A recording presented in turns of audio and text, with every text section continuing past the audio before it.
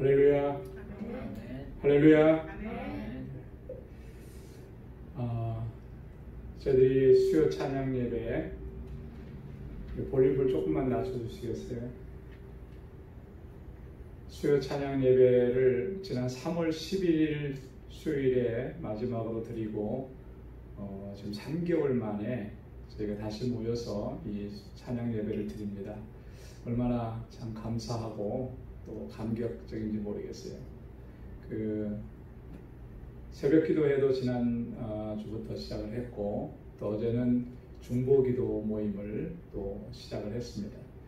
물론 완전히 다 이렇게 같이 다 모여서 드릴 수 있는 그런 상황은 아니지만 그래도 이렇게 조금씩 열려서 우리가 함께 예배를 드릴 수 있다라고 하는 거 참 너무나 감사하고, 그 기간 동안에 참 많이 힘들고 어려운 시간들을 보냈는데 수많은 사람들의 그 수고와 헌신과 또 그 노력들로 인해서 오늘 우리가 이렇게 다시금 하나님 앞에 예배드릴 수 있게 된 줄로 믿습니다.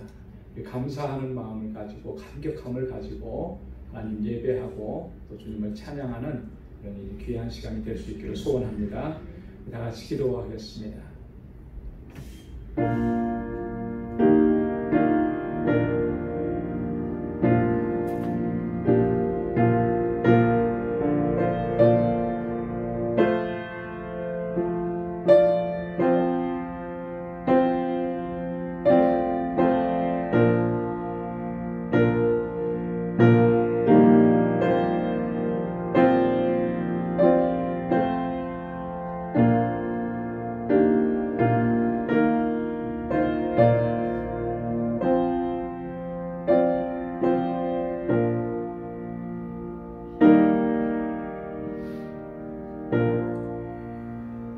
풍성하시고 자비하신 여호와 하나님 아버지, 성의로 지난 3일 동안도 저희들을 지켜주시고 은혜 가운데 보호해 주시고 하나님의 선하신 손길로 인도해 주심을 감사합니다.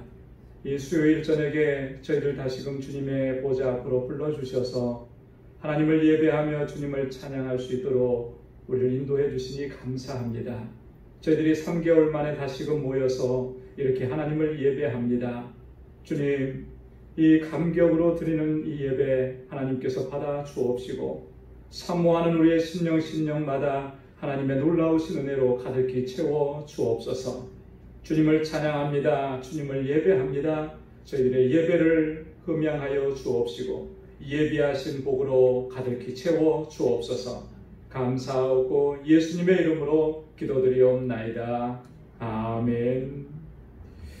우리 찬송 같이 부르시겠습니다. 48장입니다. 찬송 48장.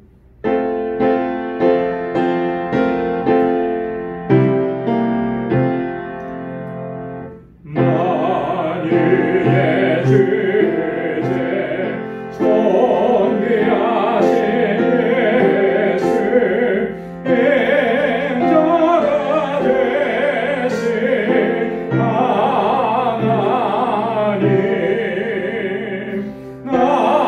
사모하여 영원히 섬길 내 영광 되신 주로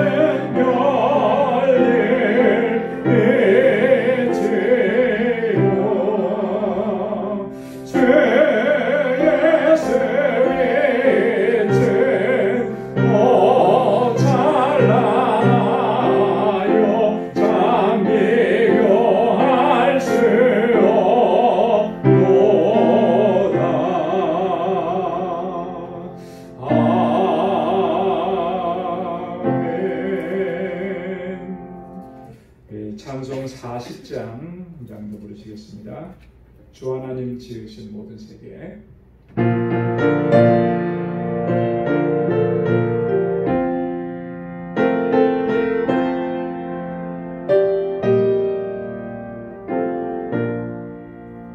주 하나님 지으신 모든 세계 내 마음속에 그리워볼 때 하늘의 별 울려 퍼지는 데서 주님의 권능 우주에 찬대 주님의 높고 위대하심을 내 영혼이 찬양하네 주님의 높고 위대하심을 내 영혼이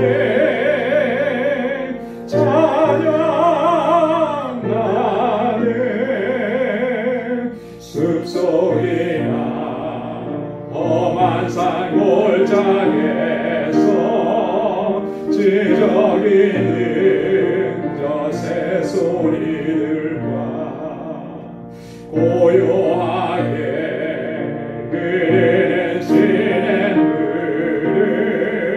주님의 솜씨 노래하도다 주님의 높고 위대하심을 내 영혼이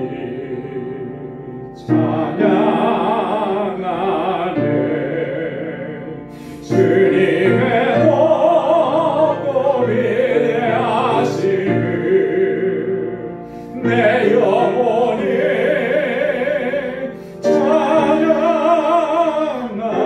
찬양하네 주 하나님 독생자 아낌없이 우리를 위해 보내주셨네 십자가에 피 흘려 죽으신 주 내 모든 죄를 구속하셨네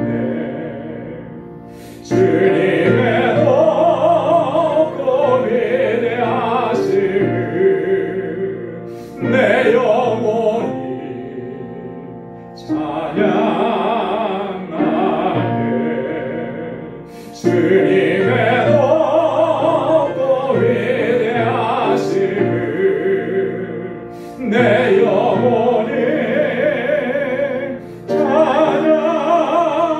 찬양하네 내 주 예수 세상에 다시 올 때 저 천국으로 날 인도하리 낙엽 소리 엎드려 경배하며 영원히 주를 찬양하리라 주님의 높고 위대하심을 내 영혼이 찬양하네 주님의 높고 위대하심을 내 영혼이 찬양하네 주님의 높고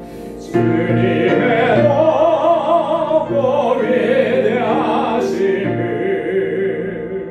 내 영혼이 찬양하네 주님의 높고 위대하심을 내 영혼이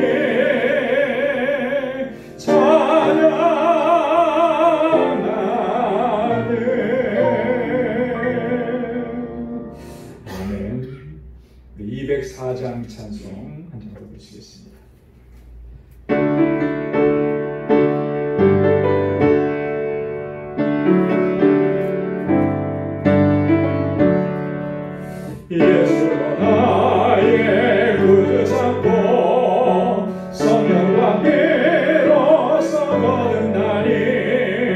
이 세상에서 내 영혼이 하늘의 영광 누리도다. 이것이 나의 간증이요 이것이 나의 찬송일세. 나 사는 동안 끊임없이 그를 찬송하리로다. 온전히 주께 맡긴 내 영 사랑의 음성을 듣는 중에 천사들 왕래하는 것과 하늘의 영광 보리로다. 이것이 나의 간증이요 이것이 나의 찬송일세. 나 사는 동안 끊임없이 그를 찬송하리로다. 주 안에 기쁨 누림으로 마음의 문랑이 잔잔하니 세상과 나는 강도없고 부족한 주만 보이도다. 이것이 나의 간증이요 이것이 나의 찬송일세. 나 사는 동안 끊임없이 구주를 찬송하리로다. 이것이 나의 간증이요 이것이 나의 찬송일세.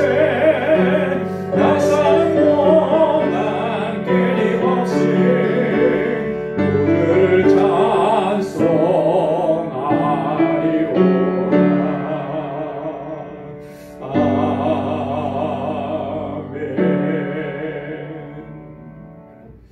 아멘. 우리 이 시간에 같이 마음을 같이 해서 통성으로 한번 기도하겠습니다. 이 모든 힘들고 어려운 고난의 과정들을 주님 인도해 주셔서 잘 감당하고 이겨내게 하심을 감사합니다. 아직까지도 완전하게 코로나 바이러스 이 문제가 해결되지 않았는데 끝까지 잘 감당하게 하시고 또 하루속히 종식시켜 주셔서 저희가 같이 모여서 예배드리는 날 속히 오게 하옵소서.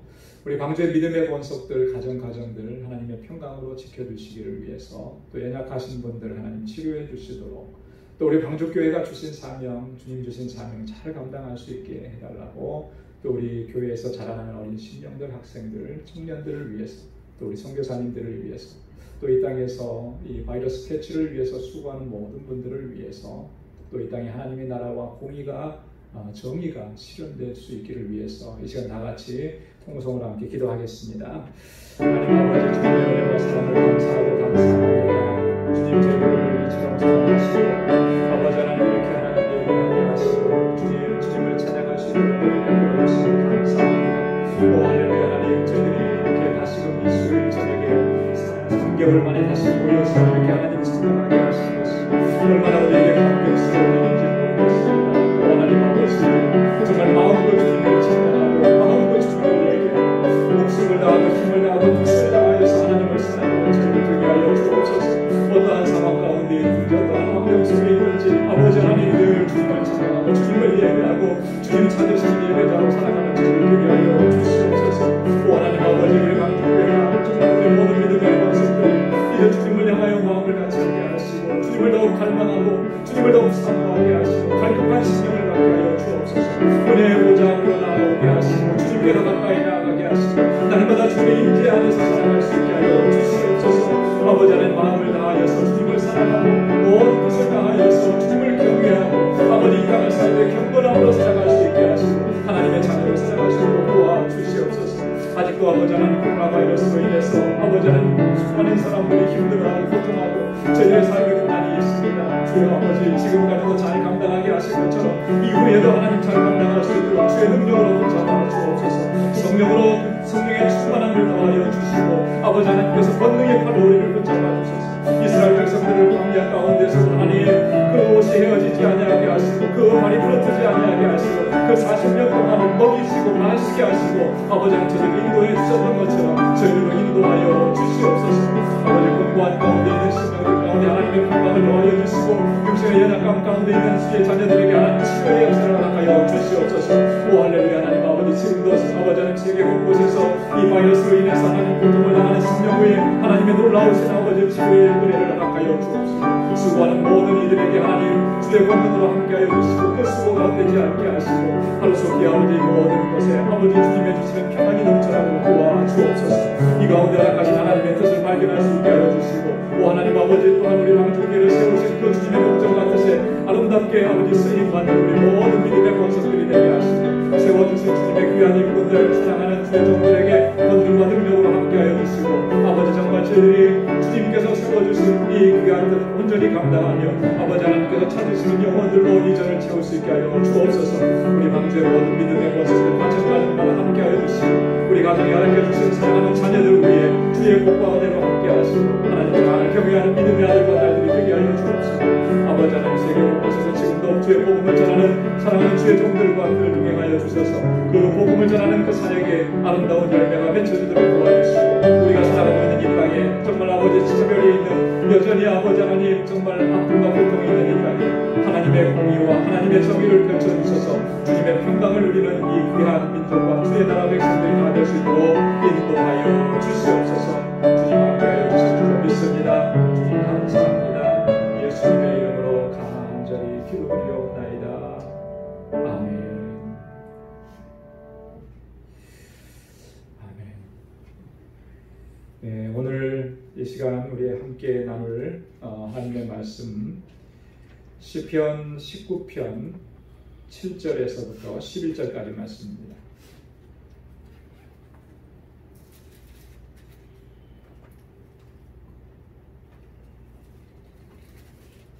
시편 19편 7절에서 11절까지 우리 한 절씩 교독하겠습니다. 여호와의 율법은 완전하여 영혼을 소성케 하고 여호와의 증거는 확실하여 우둔한 자로 지혜롭게 하며 여호와의 교훈은 정직하여 마음을 기쁘게 하고 여호와의 계명을 순결하여 눈을 밝게 하도다. 여호와를 경외하는 도는 정결하여 영원까지 이르고 여호와의 규례는 확실하여 다 의로우니 그 돈 많은 정금보다 더 사모할 것이며 꿀과 구성꿀보다 더 달도다. 다 함께요. 또 주의 종이 이로 경계를 받고 이를 지킴으로 상이 크니이다. 아멘. 우리 또 시편 18편 말씀 18편 우리 31절에서 34절 말씀도 한번 같이 보도록 하겠습니다. 시편 18편 31절에서 34절 다 같이요. 시작. 시편 18편 31절에서 34절까지요. 여호와 외에 이렇게 되죠. 다 같이 시작. 여호와 외에 누가 하나님이며 우리 하나님 외에 누가 반석이뇨. 이 하나님이 힘으로 내게 띠띠우시며 내 길을 완전케 하시며 나의 발로 암사슬 발 같게 하시며 나를 나의 높은 곳에 세우시며 내 손을 가르쳐 싸우게 하시니 내 팔이 노토를 당기도다. 아멘. 시편 138편 8절 말씀은 제가 한번 봉독하겠습니다. 여호와께서 내게 관계된 것을 완전케 하실지라. 여호와여 주의 인자하심이 영원하오니 주의 손으로 지으신 것으로 버리지 마옵소서. 아멘. 오늘 이 세 구절의 말씀이 오늘 함께 나눌 이 주제의 말씀의 주제를 담고 있는 내용입니다. 오늘부터 시작해서 우리 수요일 수요 찬양 예배의 말씀은요, 하나님은 어떤 분이신가, 하나님의 성품에 대해서, 하나님의 속성에 대해서 우리가 좀 말씀을 좀 나눠보려고 합니다. 하나님을 우리가 안다고 하지만요, 하나님을 믿는다고 지금까지 평생토록 하나님 믿어왔는데 과연 우리가 하나님을 얼마나 참 정확하게 알고 있는가? 성경에서 하나님에 대해서 증언하고 증거하고 있는데 그 하나님에 대해서 우리가 정말 얼마나 다르게 하나님을 알고 있느냐라고 하는 것이죠. 그래서 성경은 다양하게 하나님은 어떤 분이시다, 하나님의 속성에 대해서 많이 말씀을 하는데 그 부분들을 좀 정리하는 시간을 좀 가지면 좋겠다는 생각을 했습니다. 그래서 좀 간단하겠지만은 주제별로 매주마다 하나님의 속성을 한 가지씩 좀 우리가 배우려고 합니다. 첫 번째 시간으로 오늘은 완전하신 하나님이에요. 하나님의 완전하심에 대해서, 여러분, 하나님은 완전하시다라고 하는 내용이 어떤 내용을 담고 있는지 이 부분들을 좀 이 시간 통해서 같이 생각을 해보면 좋겠습니다. 성경을 보면 성경은 한결같이 하나님은 완전하시다라고 하는 사실을 증거합니다. 하나님은 완전하시다.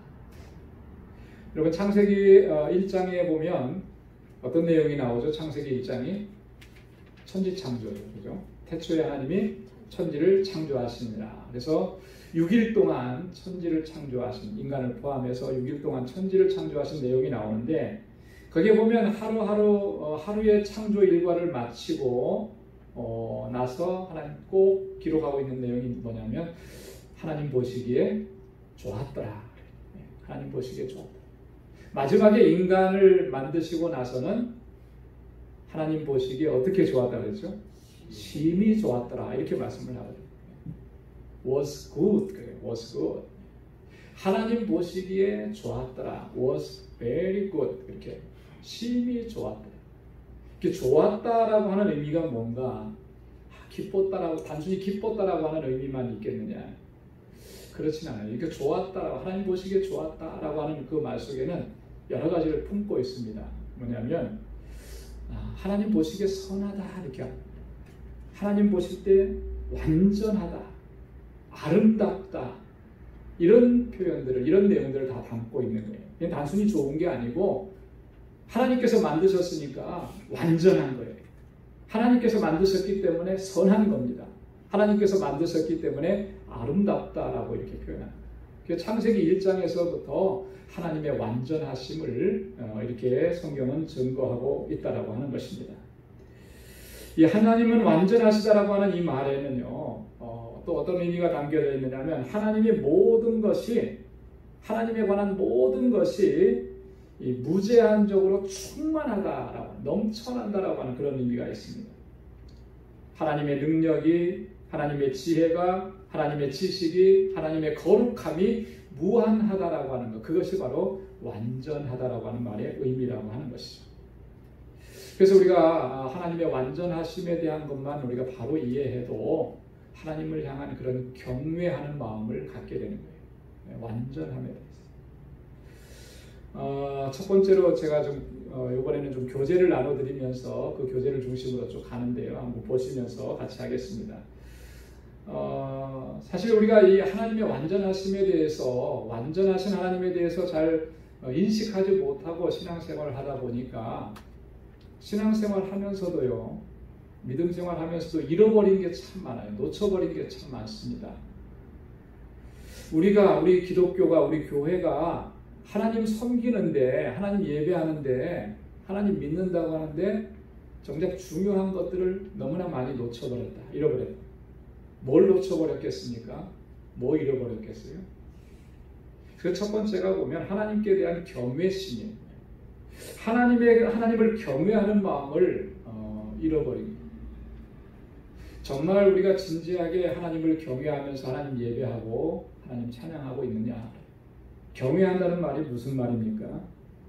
하나님을 공경하고 또 하나님을 두려워하는 마음을 갖는, 하나님 앞에서 늘 조심하는 거죠. 이게 경외하는 마음. 하나님을 공경하는 마음이 정말 내 부모님을 어떤 위대한 그 성인이나 위대한 인물을 공경하는 것만큼 공경하나, 정말 세상에서 정말 이름 있고 유명한 사람들을 참 존중하고 존경하는 것만큼 하나님을 존중하고 있느냐? 이거 정말 심각하게 질문해요. 하나님을 그렇게 경외하고 있다면, 하나님을 향한 그 경외심이 있다면, 과연 오늘날 교회에서 일어나는 정말 이런 안타까운 일들이 정말 이렇게 많이 일어날 수가 있겠느냐라고. 뭐 교회가 부패했느니 교회가 타락했느니 뭐 이런 얘기 많이 하는데요. 그게 다 뭐냐면 하나님을 경외하는 마음을 잃어버린 거예요. 하나님 앞에 두려워하는 마음이 없는 거죠. 그렇잖아요. 하나님을 두려워하는 마음이 있다면 어떻게 그렇게 할 수가 있겠느냐라고. 잃어버린 거예요. 놓쳐버린 거예요. 자, 그러다 보니까 하나님을 향해서 경박한 태도를 가져요. 경박한 태도. 십계명의 제3계명을 보면 뭐라고 했습니까? 내 하나님 여호와 이름을 망령되이 일컫지 말라. 하나님의 이름을 망령되이 일컫는 이 모습들이 예수 믿는다는 사람들을 통해서 교회 가운데서, 교회 안에서, 교회의 지도자들이라고 하는 사람들 가운데서 그런 일들이 일어나게 된다라고. 하나님을 향해서 하나님을 너무나 가볍게 여기는 거죠. 하나님을 대하는 우리의 태도가 너무나 경박해요. 세상에서 권력 있고 힘 있는 사람 앞에서, 그 사람 앞에서 우리가 존중하면서 그 사람을 대하는 태도하고 우리가 하나님을 대하는 태도가 비교해 봤을 때 어떤, 왕조 시대의 왕 앞에는요, 어떻습니까? 사극이나 이런 걸 보면 왕 앞에는 함부로 나가지 못하잖아요. 그죠? 왕조 시대에. 또 최근에 뭐 북한에서 좀 이러쿵저러쿵 말이 많은데 북한의 김정은을 가리켜서 이런 표현을 썼더라고요. 절대 존엄이라는 표현. 절대 존엄이라는 표현은 사실은 하나님께 붙여져야 되는 그런 명칭 아니겠어요? 그죠? 절대적으로 존엄하신 분은 하나님이신데 북한에서는 김정은을 향해서 그렇게 얘기를 하더라고요. 세상의 권력자 앞에서도 정말 최고의 존경의 예를 표하는데 정말 우리가 하나님 앞에서 그렇게 하고 있느냐라고 하는 거예요. 얼마 전에 여러분들도 다 보셨겠지만 트럼프 대통령이 백악관에서 나와가지고 그 옆에 있는 성공회에 가서 거기서 뭐 예배를 드렸는지 뭘 했는지 한 거예요. 그리고 나와서 뭐 했죠? 교회 앞에 간판 앞에서 바이블을 들고 사진을 찍었어요. 쇼업한 거죠. 쇼업. 하나님을 그렇게 생각하는 거예요. 하나님의 이름을 들고 들먹여가면서 그렇게 쇼업을 해도 좋다, 된다라고 생각할 정도로 하나님 앞에서 우리의 태도가 경박해졌다라고 하는 거죠. 왜? 하나님을 경외하는 경외심을 잃어버리니까 그렇게 나아갔더라고요. 하나님을 우리가 제대로 알지 못하니까, 하나님의 완전하심을 바로 알지 못하니까 이렇게 나아갑니다. 성경은 끊임없이 우리를 향해서 뭐라고 말씀하십니까? 하나님을 경외하라, 경외하라. 하나님을 경외하라. 우리 신앙생활의 중심이, 핵심이 그거예요. 하나님 경외하라. 또 뭘 잃어버렸겠습니까? 오늘날 교회와 우리 성도들, 또 우리 솔직하게 우리가 얘기해서 뭐 잃어버렸느냐? 그것은 영원한 것에 대한 의식을 잃어버립니다. 영원한 것을 추구하지 않는다라고 합니다. 우리의 마음은 이미 눈에 보이는 세상적인 것들로 가득 차 있습니다. 내 안에, 여러분, 우리 안에 이 야망을 가지고 꿈을 가지고 있는 것이 뭐로 채워져 있는지 한번 솔직하게 보세요. 여기에 뭐가 채워져 있는가? 어떤 야망을 내가 가지고 있는가? 하나님 나라에 대한 야망으로 내 이 심령을 채우고 있는가? 아니면 이 세상에서 성공할 거, 뭐 세상에서 뭘 하면 성공하겠다, 뭐 이렇게 하면은 그래도 조금 더 편안하게 살겠다. 사실 우리 눈에 보이는 것들, 세상적인 것들로 어떻게 보면 우리 속을 다 채우고 있는 거예요. 그래서 눈에 보이지 않는 영원한 것을 우리가 의식하지 못하고 살아요. 이게 참 안타까운 우리의 현실이라고 하는 것이죠. 그럼 골로새서 3장 1절로 3절 말씀을 한번 찾아서 같이 한번 읽어보도록 하겠습니다. 골로새서 3장 1절에서 3절. 네, 찾으셨으면 우리 한 목소리로 같이 읽어보겠습니다. 시작. 그러므로 너희가 그리스도와 함께 다시 살리심을 받았으면 위의 것을 찾으라. 거기는 그리스도께서 하나님 우편에 앉아 계시느니라. 위의 것을 생각하고 땅의 것을 생각지 말라. 이는 너희가 죽었고 너희 생명이 그리스도와 함께 하나님 안에 감추었음이니라. 아멘. 그리스도와 함께 다시 살리심을 받았으면 무엇을 찾으라고요?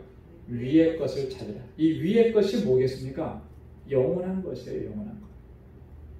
하나님의 영원 속에 속한 그것을 찾으라는 것입니다.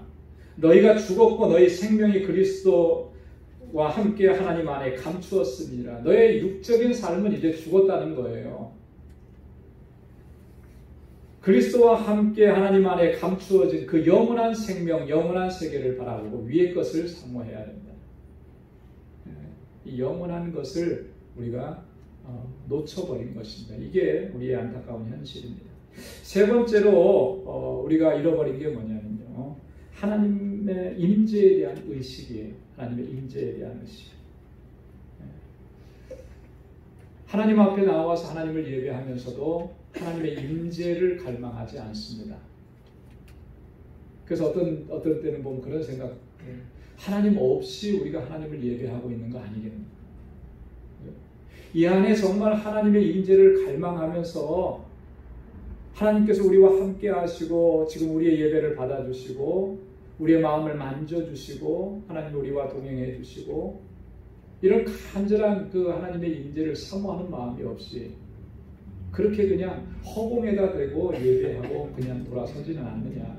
우리의 삶이 정말 하나님의 임재를 갈망하면서 살아가는. 어떤 분이 그런 얘기를 했더라고요. 현대교회는 너무나 철저하게 조직화되었기 때문에 만약에 하나님이 그 교회를 떠나신다 해도 사람들은 그걸 알아채지 못할 것이다. 눈이 동그래지셨어요. 무슨 의미겠습니까? 너무나 현대교회는 조직화가 잘 돼 있어서 하나님의 그 자리에 안 계시고 하나님이 떠나가셔도 하나님이 안 계시다라고 하는 것을 모를 것 같다. 이거 우리가 좀 심각하게 생각을 해봐요. 여러분 오늘날 교회가 정말 조직화되어 있죠. 잘 그죠? 행정적으로나 뭐에 다 갖춰. 우리 교회는 그렇지는 않은 것 같아요. 제가 좀 그런데 좀 둔해서 그런지. 근데요 좀 대형 교회들 가보면 얼마나 조직이 잘 돼 있는지. 저도 한국에서 부목사로 두 개의 큰 그 한국에서 뭐 우리 통합주 장로교에서 제일 크다는 그 두 교회에서 사역을 부목사로 또 전도사로 사역을 했는데요. 아주 잘 짜여져 있습니다. 착착착착 잘 짜여져 있어요. 조직이 얼마나 잘 돼.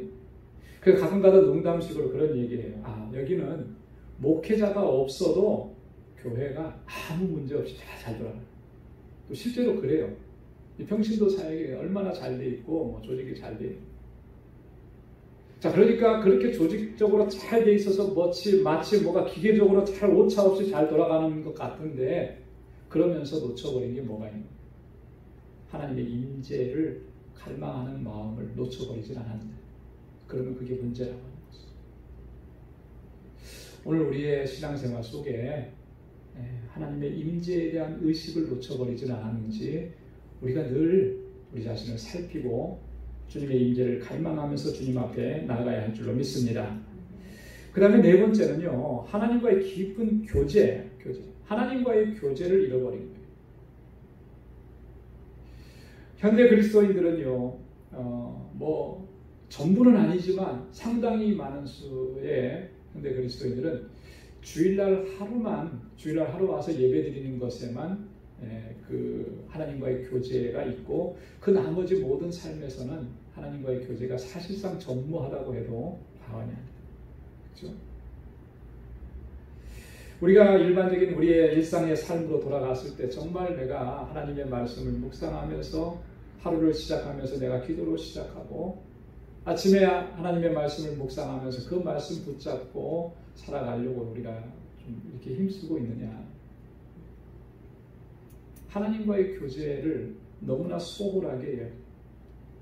사실 우리의 영은요, 우리의 영은 늘 하나님과 교제해야만 하나님의 성소 안에 들어가서 하나님과의 깊은 교제를 나누어야만 그 영이 능력을 얻고 강건해지는 겁니다.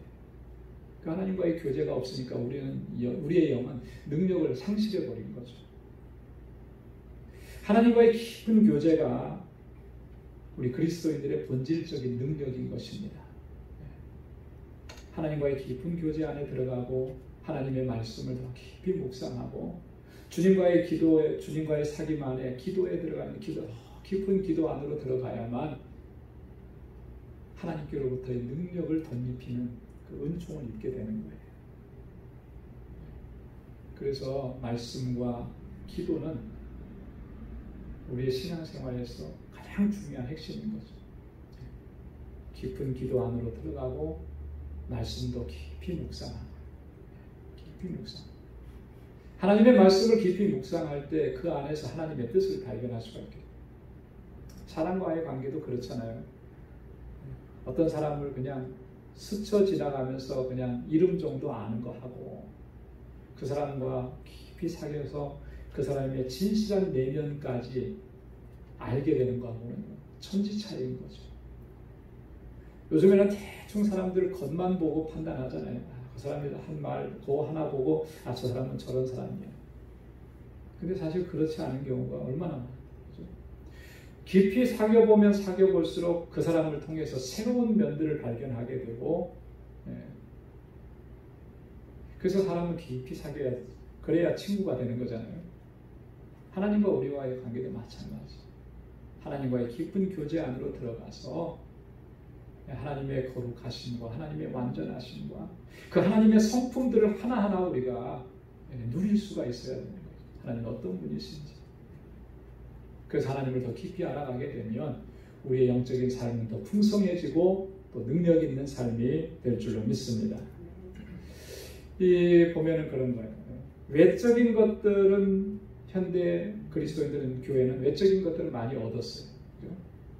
뭐 외적인 것들이라고 하면은 뭐 교회가 건물을 가졌다든지, 교회가 대형화되었다든지, 뭐 교인들의 숫자가 많다든지, 우리는 그런 것들을 너무나 중요하게 생각을 하는데, 그러면서 더 본질적인 것, 내적인 것들을 잃어버리진 않습니다.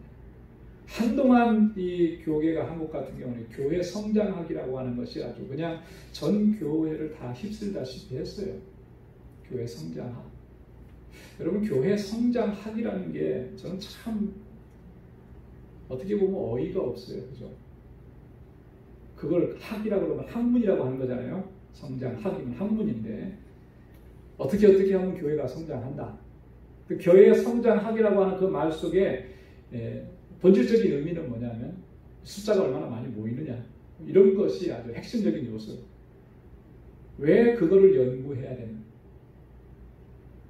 교회를 성장시켜 주시는 것은 누가 성장시켜 주시는 거겠어요? 하나님 성장시켜 주시는 거죠. 정말로 진실되게 하나님 의지하고 하나님과의 더 깊은 교제 안으로 들어가고 하나님의 임재를 사모하면서 그렇게 신앙생활을 하면 우리가 교회 성장 뭐 이런 거 숫자 많이 모이는 이런 거 신경 쓸 필요가 없는 거죠. 근데 거꾸로 매달리는 거죠. 어떻게 하면 교회를 크게 만들까? 어떻게 하면 교인들 많이 나오게 할까? 그러면서 자꾸 놓쳐버리는 거는 하나님과의 교제를 놓쳐버리는 거예요. 사람 중심으로 가는 거예요. 이게 우리들의 신앙생활의 가장 큰 문제 중에 하나예요. 본질을 향해서 나아가고 하나님의 임재 안으로 들어가면 그게 중요한 문제가 아닙니다.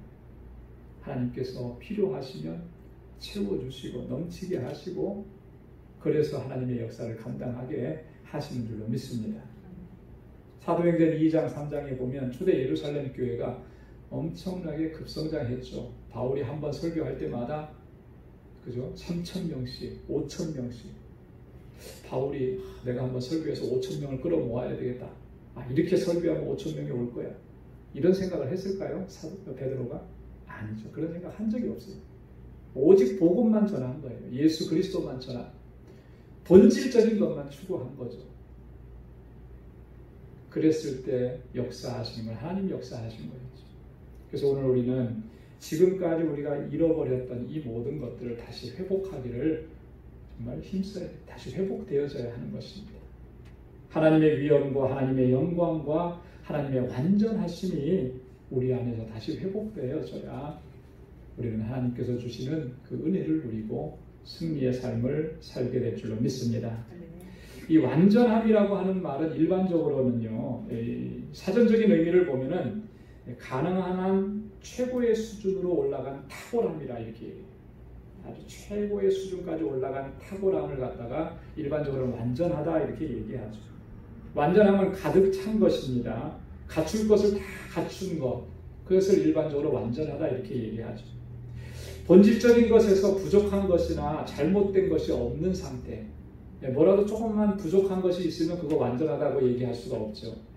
잘못된 것이 있으면 완전한 것이 없어요. 지금 다 마스크 쓰고 계시잖아요.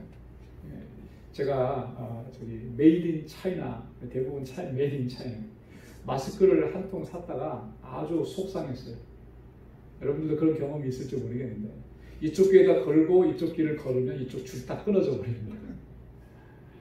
그거를 한 50개짜리 한 박스를 샀는데 그 안에서 몇 개가 그렇게 되는지. 불량이죠, 불량. 이런 게 나오면 완전한 게 아닌 거죠, 그죠? 그런 거예요. 뭔가 부족하고 잘못된 것이 있는 상태를 완전하다고 얘기하죠. 부족한 것이 없을 뿐만 아니라 또 있어서는 안 될 것도 없는 거예요. 그죠?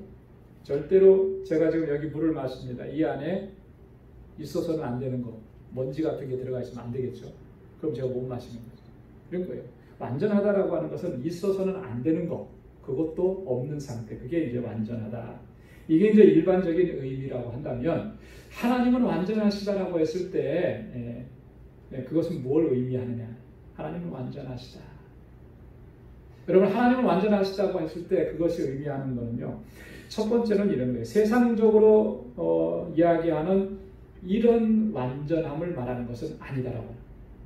아까도 얘기했지만 세상적인 일반적인 정의는 완전하다 그러면 탁월하다 이런 것을 의미하는데, 하나님에 대해서는 어떤 정도라는 것이 없어요. 하나님은 어떤 정도의 차이가 없다라고 하는 것이죠. 완전함이 그런 거예요. 그래서 어떤 분들은 그렇게 해석을 하는 경우들도 있는 것 같아요. 하나님의 존재의 위치가 어디냐? 마치 피라미드, 온 우주 만물을 다 통틀어서 얘기했을 때 피라미드 구조 같이 이렇게 해서, 이게 피라미드가 어떻게 되어 있습니까? 계속 올라가게끔 되어 있잖아요. 그래서 계속 올라가서 하나님은 맨 그 꼭대기에 계신 분이다. 이렇게 해석하는 사람들이 과거에도 있었어요. 하나님이 그러신 분이신가요? 그 꼭대기에 계신 분인가요? 아니에요. 그건 하나님을 잘못 이해하는 거고, 하나님의 완전하심을 이해하지 못하는 것이죠. 그런 구조는 세상에서의 구조죠. 세상에서 권력이라든지 힘이 있는 뭐라든지 어떤 계급이라든지 이런 거 얘기할 때 그런 건 다 피라미드 구조식으로 되어 있죠. 그래서 최정점에 서 있는 그 한 사람이 최고 권위자가 되는 거예요. 그런데 그런 것은 어떤 비교가 되는 거죠. 최고 정점에 있다라고 하는 것은 그 바로 밑에 있는 사람보다 비교해서 그 위에 있다라고 하는 그런 의미. 하나님의 완전하심은 그런 의미가 아니라고 하는 것이죠. 하나님은 무한히 완전하신 분이시다라고 하는 겁니다. 무한하다라고 합니다. 무한이라고 하는 말은 끝이 없다라고 하는 건데, 무한하다, 완전하다 이런 말을 사실은 우리가 이해하기가 쉽지 않습니다. 무한한 거. 여러분, 이 세상에, 우리가 살아가는 세상에서 무한한 거 뭐가 있을까요? 찾아볼 수 있나요? 무한하다라고 하는 게. 무한한 거는 찾아보기가 쉽지 않아요. 그죠? 없어요. 시작이 있으면 끝이 있어요. 그죠? 우리가 저쪽에 그 존스비치나 이런 데 가보면 거기 바다 이름이 뭐죠? 대서양이죠? 맞아요? 태평양은 아니죠. 대서양입니다. 바다를 가보면 정말 끝이 없이 펼쳐진 것 같아요. 우리 눈으로 볼 때는. 수평선이잖아요. 그죠? 근데 그렇다고 해서 그거에 끝이 없나요? 끝이 있죠. 배를 타고 전 안 가봤습니다만 알아요. 지도를 봤으니까. 끝으로 가면 이제 유럽의 육지에 닿는 거죠. 다 끝이 있어요. 우리가 지금 볼 때는 그 너머까지 안 보이니까 끝이 없는 것 같지만 이 세상에는 그렇게 무한한 것이 없어요. 그렇기 때문에 하나님의 무한하심을 이해하기가 쉽지는 않다라고 하는 것이죠. 하지만 하나님은 무한적으로 충만하신 것이 하나님의 완전하심이다라고 하는 것이죠. 하나님의 완전하심을 표현할 때 아까도 잠깐 얘기했지만 탁월함이라는 표현을 종종 사용해요. 사람들이. 하나님은 탁월하시다. 근데 우리가 표현할 때 탁월하다고 표현을 한 것뿐이지 그 탁월하다라고 하는 표현은 사실은 옳지 않다라고 하는 거죠. 여러분 우리가 누군가는 참 저 사람 탁월해 하면은 그 탁월하다라고 하는 그 의미가 그것이 담고 있는 의미가 뭐냐면요 뛰어나다라고 하는 거잖아요. 그죠? 탁월하다라는 뛰어나다. 아주 월등하다. 근데 그 월등하다라고 하는 말, 뛰어나다라고 하는 말, 탁월하다라고 하는 말은 항상 전제가 뭐냐면 다른 것과 비교하는 거예요. 무엇과 비교해서 월등하다. 무엇과 비교해서 탁월하다. 자, 근데 하나님을 탁월하시다라고 표현하면은 지금 뭐 하는 거죠? 다른 어떤 것과 비교하는 거예요. 비교. 하나님을 무엇과 비교하겠어요? 하나님을 어떤 신과 비교하겠습니까? 비교할 수 없는 거예요. 그죠? 하나님과 비교될 수 있는 것은 이 세상에 아무것도 없는 거예요. 그만큼 하나님은 완전하신 거예요. 그래서 이사야서 40장 25절에 보면 그런즉 너희가 나를 누구에게 비기며 나로 그와 동등이 되게 하겠느냐 그랬습니다. 하나님께서 말씀하시는 거예요. 나를 누구와 비교하겠느냐? 무엇과 동등되게 여기겠느냐? 하나님은 그 어느 것과도 비교할 수가 없다. 그것이 바로 하나님의 완전하심이다. 자, 하나님의 완전하심은 성경에서 보면 그것을 종종 아름다움이라 이렇게 표현을 하고 있습니다. 그래서 성경에 보면 종종 하나님의 아름다움이라는 표현이 많이 나오죠. 이사야 시편 90편 17절에 보면 주 우리 하나님의 아름다움을 우리에게 임하게 하사. 이 개역 성경에서는 은총이라고 했습니다. 그 아름다움을. 근데 원래 그 원어에 보면은 이것은 은총이 아름다움으로 되어 있습니다. 또 시편 27편 4절에 보면 내가 여호와께 청하였던 한 가지 일 곧 그것을 구하리니 곧 나로 내 생전에 여호와의 집에 거하여 여호와의 아름다움을 앙망하며 그 전에서 사모하게 하실 것이라. 여호와의 아름다움을 앙망하며 그랬습니다. 하나님의 아름다움. 여러분 하나님의 아름다움이라는 것이 어떤 상태를 가지고 하나님의 아름다움이라고 표현을 할까요? 꽃이나 자연을 바라보면서 참 아름답다 라고 하는데 그런 아름다움이겠는가? 단어를 보면은 그런 아름다움 같은데 사실 그것이 담고 있는 의미는 결코 이렇게 꽃이나 자연이나 어떤 멋있는 광경을 보고 아름답다 하는 것과는 의미가 많이 다르다라고 하는 것이죠. 이 여호와의 아름다움이라 했을 때 그 아름다움은 하나님께 있어야 할 그 모든 것이 무한히 있다라고 하는, 완전하게 있다라고 하는 그런 의미입니다. 하나님의 능력과 하나님의 존재, 하나님의 지혜와 지식, 거룩함과 선함, 공의와 자비, 사랑과 은혜, 이런 하나님의 모든 속성들이 충만하게 빛나는 상태, 그것을 하나님의 아름다움이라 이렇게 표현을 하는 것입니다. 그렇기 때문에 하나님의 완전하심이라고 하는 말과 하나님의 아름다움이라고 하는 말은 같은 의미가 되는 거예요. 완전하다는 말과 아름다움은 같은 의미라고 하는 것이죠. 시편 50편 2절에 보면 온전히 아름다운 시온에서 하나님의 빛을 발하셨도다 이렇게 시인은 노래하고 있습니다. 온전히 혹은 완전히 아름다운 시온에서 하나님의 빛을 발하셨다. 근데 여기 보면은요, 시온에 대한 얘기가 나오잖아요. 그죠? 시온. 그리고 아름다운이라는 표현. 근데 그 앞에 온전히 아름다운 시온. 시온은 뭐죠? 어디를 가리켜서 시온이라고 얘기하죠? 예루살렘을 가리켜서 시온이라고 해요. 예루살렘은 하나님의 성전이 있는 곳이 바로 예루살렘입니다. 자, 근데 그 예루살렘 시온을 가리켜서 아름답다 그렇게 얘기했어요. 이 시온이 어떻게 왜 아름다운 곳이 되는가? 그곳에 하나님의 임재가 있기 때문에 아름다운. 그래서 그 아름다움이라고 하는 것은 무엇으로부터 흘러나오느냐면 성소로부터 흘러나오는 것이죠. 하나님의 임재로부터 흘러나오게 된다는 겁니다. 자, 그렇기 때문에 이 아름다움이라는 것은요, 그런 거예요. 어떤 우리의 얼굴이 아름답게 생겼다, 사람 모든 것이 아름답게 생겼다, 그런 게 진정한 아름다움이 아니고, 모든 것이 하나님을 향해서 움직일 때 그때가 가장 아름다운 거예요.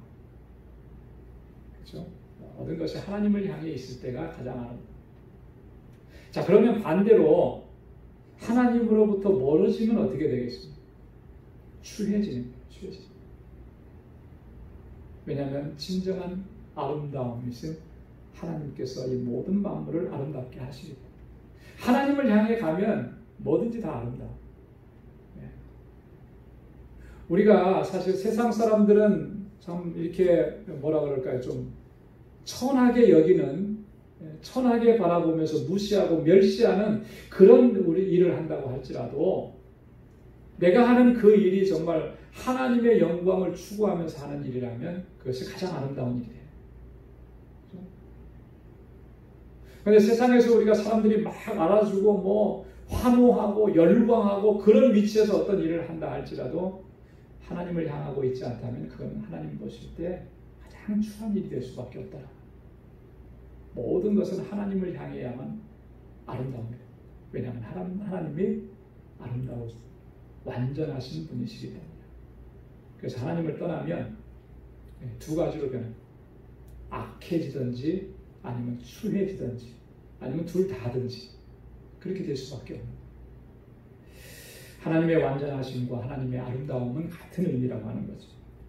자, 그렇기 때문에 하나님을 영화롭게 하는 것은 다 아름다운 것입니다. 하나님을 영화롭게 하는 것은 그것이 무엇이 됐든지 간에 다 아름다운 거예요. 여러분, 찬송가가 아름답습니까? 아름답지 않습니까? 아름답죠. 이번에 팬데믹 기간 동안에 지금까지 계속 저녁마다 가정 예배를 드리면서 그렇게 했어요. 거의 한 찬양을 한 30분 정도 이렇게 부르면서 기타 치면서 찬양을 부르는데 찬송가만 불렀어요. 복음성가는 하나도 안 부르고 찬송가만 부르는데 그 가사 하나하나를 깊게 되새기게 되더라. 한 번 부르고 또 두 번 부르고. 그러니까 그게 얼마나 참 은혜가 되는지 몰라요. 찬송가를 부르는데 참 은혜가 많이 돼요. 30분을 찬양하는데도 언제 30분이 지나갔는지 모르게 찬양을 부르고.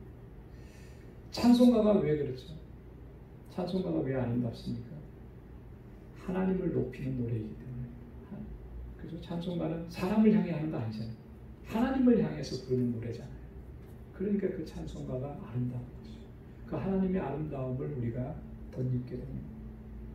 신학, 여러분 신학은 뭐죠? 하나님에 관해서, 성경에 관해서 연구하는 학문이 신학입니다. 신학은 아름다워요. 왜 아름다우냐면 하나님을 연구하는 학문이기 때문에 하나님에 대해서 더 배우고 하나님에 대해서 더 공부하고. 그 신학은 겸손하게 무릎을 꿇고 경건한 마음으로 하나님을 연구하는 학문입니다. 요즘에 신학은 그렇지 않아서 자유주의 신학도 있고 무슨 신학도 있고 해서 자꾸 성경을 자꾸 이렇게 역사적인 사실이냐 아니냐 이래가면서 하는 그런 비평하는 사람도 있는데 그렇게 해서는 말씀을 통해서 주시는 하나님의 은혜를 경험할 수 없죠. 겸손하게 무릎 꿇고 경건한 마음으로 하나님에 대해서 더 깊이 알아가려고 하는 것이 신학이에요. 그렇기 때문에 신학이 아름답다라고. 다윗의 시편을 읽을 때마다 우리는 참 아름답고 은혜를 많이 받습니다. 그죠? 사도 바울이 쓴 그 편지들을 읽을 때마다 참 은혜를 많이 받아요. 그래서 그 모든 것들이 아름답다. 왜 그렇습니까? 하나님의 완전하심에 대해서 노래하고 찬양하는 글들이기 때문에 그런 거라고. 천국은 어떤 곳일 것 같습니까? 아름다운 곳일까요? 아닐까요? 너무나 당연한 질문. 천국은 가장 아름다운 곳이겠죠. 가장. 요한계시록에 나타난 그 천국에 대한 묘사를 보면 너무너무나 아름다운 곳이잖아요. 왜 아름다운 것이겠습니까? 완전한 아름다움이신 하나님이 그곳에 계시기 때문에. 그곳에 계시기 때문에. 이 모든 아름다움의 중심은 뭐냐면 바로 예수 그리스도이십니다. 예수 그리스도. 주님이 아름다운 거예요. 그리스도께서 사망 권세를 이기시고 또 죄와 사망 가운데서 우리를 구원해 주시기 위해서 이 땅에 오셨고 우리를 어디로 인도하시냐면 거룩함과 완전함과 또 영원한 아름다움 가운데로 우리를 인도해 주시고 하나님이 계신 곳, 하나님과 함께하는 곳, 영원한 완전한 아름다움이신 하나님께로 우리를 인도해 주시고 그렇기 때문에 이 모든 아름다움의 중심은 바로 핵심은 그리스도라고 하는 것입니다. 그리스도 안에서 우리는 하나님의 완전하심을 발견할 수 있고 그리스도 안에서 우리는 하나님의 아름다움을 발견할 수가 있게 되는 것입니다. 그래서 우리가 주님을 묵상하고 주님의 말씀을 더 깊이 새겨야 되는 것입니다. 하나님의 완전하심과 하나님의 아름다움을 우리가 깊이 묵상하게 되면 하나님을 향한 그 경건한 마음을 다시 회복할 수 있게 될 줄로 믿습니다. 우리가 아무리 바쁘게 신앙생활을 하고 교회 생활에 몰두한다 할지라도 그곳에 하나님이 계시지 않는다면 그게 무슨 의미가 있겠어요? 하나님의 인재를 우리가 갈망하지 않고 하나님의 인재를 느끼지 못하고 하나님과 함께하지 않는다면 우리가 하는 그런 모든 종교적인 행위들이 무슨 의미가 있겠는가? 그것이 우리의 영적인 유익을 가져다 주겠는가? 하나님께서 과연 그것을 기뻐하시겠는가? 하나님의 위엄과 하나님에 대한 그 경외심이 없다면 어떻게 우리가 하나님을 기쁘시게 할 수 있겠습니까?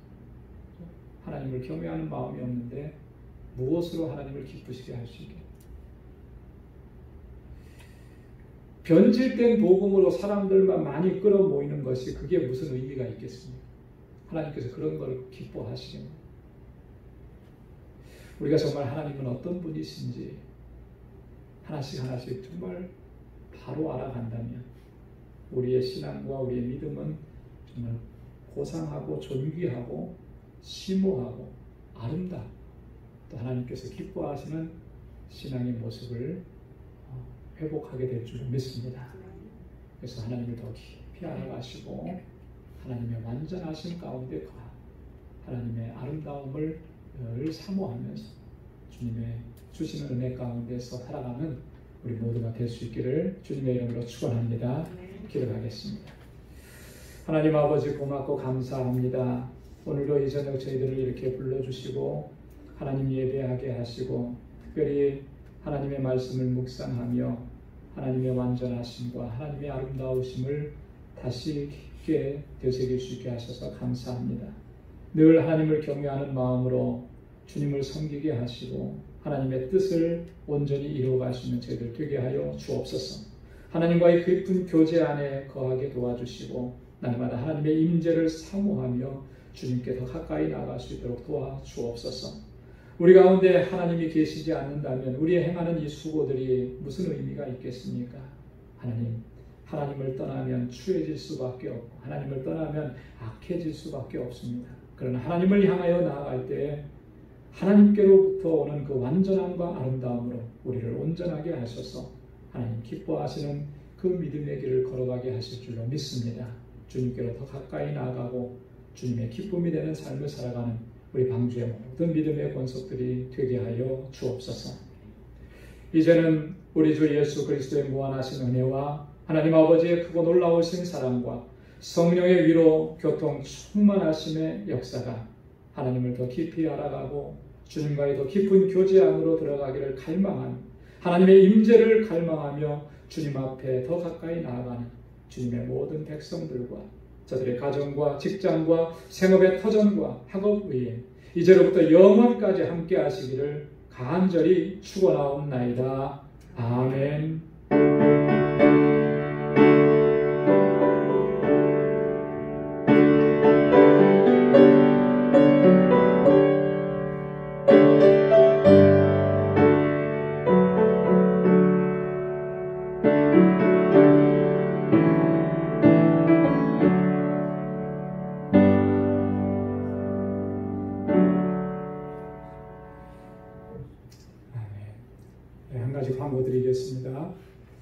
지난 주일날 광고 말씀드린 것처럼 이번 돌아오는 주일에는 1부 예배 8시 그리고 2부 예배 11시 30분 이렇게 두 번에 나누어서 예배를 드립니다. 그래서 현장 예배를 원하시는 분들은 참석하셔도 되겠고요. 근데 인원이 제한이 되어 있기 때문에 또 저에게 미리 말씀을 해주시기 바랍니다. 그리고 교회는 지금 소독을 지금 다 하고 이렇게 예배를 드리고 있습니다. 오늘도 예배 드리기 전에 장로님께서 다 전체적으로 이렇게 소독을 좀 해주셨어요. 앞으로도 계속 그렇게 할 거니까 또 그리고 세니타이저나 이런 거 마스크 교회 다 준비를 해놨습니다. 그러니까 교회 오시기를 원하시는 분들은 걱정하지 않으시고 오셔서 예배를 드리실 수가 있습니다.